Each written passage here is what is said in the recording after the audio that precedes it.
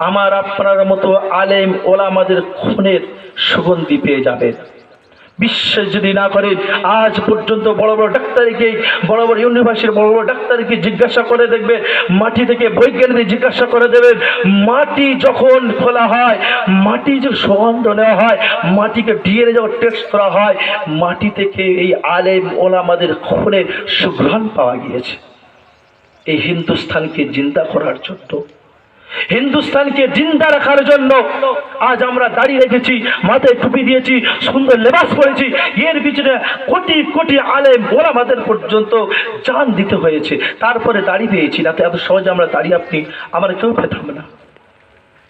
তাই বলে যায়, ইস দুনিয়া সে হামে ক্যা তাল্লুক, इस दुनिया से हमें क्या ताल्लुक, मदरसा वतन अपना, मरेंगे हम किताब पर, वरग हुआ कफन अपना।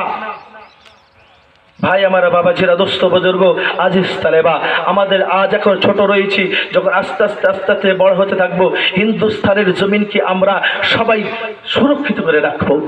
জিতটাকে তাড়ানা পড়া হয়েছে, সারে জাহাঁ আছে আচ্ছা হিন্দুস্তান হামারা। এই নজমটা কে লিখেছিলেন জানেন? কোনো ডাক্তার না, কোনো প্রফেসর না, কোনো বড় বৈজ্ঞানিক নাই, লিখেছিলেন আল্লামা ইকবাল সাহেব রহমতুল্লাহ।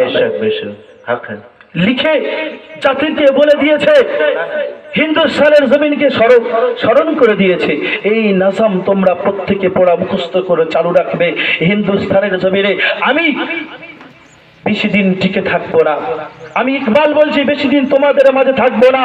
এই নজম তোমাদের কাছে পৌঁছে দিলাম, তোমরা প্রত্যেকে চালু করে দেবে। হিন্দুস্তানের জমিনে ওর ইংরেজ জাতি, বিকাশ জাতি এসে যায়, তাদের একটু শুনিয়ে দাও।